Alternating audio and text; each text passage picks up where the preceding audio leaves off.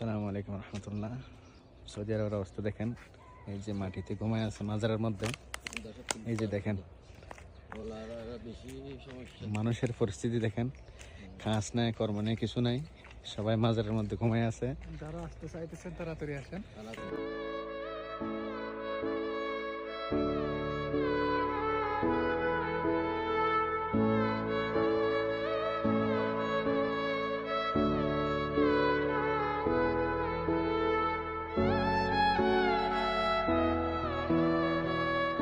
আমার কথাগুলো এর আগে আমার ইউটিউব পেজ নষ্ট হয়ে গেছে, সমস্যা নেই।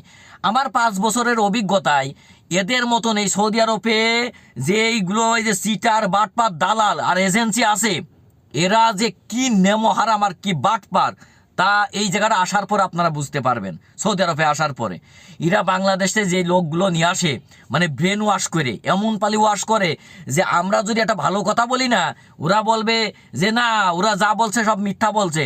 ভাই, তাদেরও দোষ আছে যারা আসে, কারণ তারা কাজ না শিখায় সেই বাটপার বের্গের কথা শুনে কয় যে আপনাকে কোনো কাজ শিখা লাগবে না, ওই জায়গাটা গেলেই টাকা আছে। ভাই, পৃথিবীর কোথাও আছে যে কাজ ভিড় আপনি টাকা দেবে আপনার?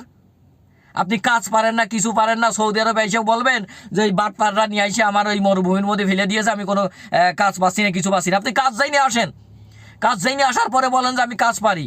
হ্যাঁ, আপনারা যে বাটপার্কের পাল্লাই হয়ে আপনারা আসার পরে আপনারা মনে করেন যে টাকা পয়সা শেষকালে গলায় দড়িও নেওয়া লাগে।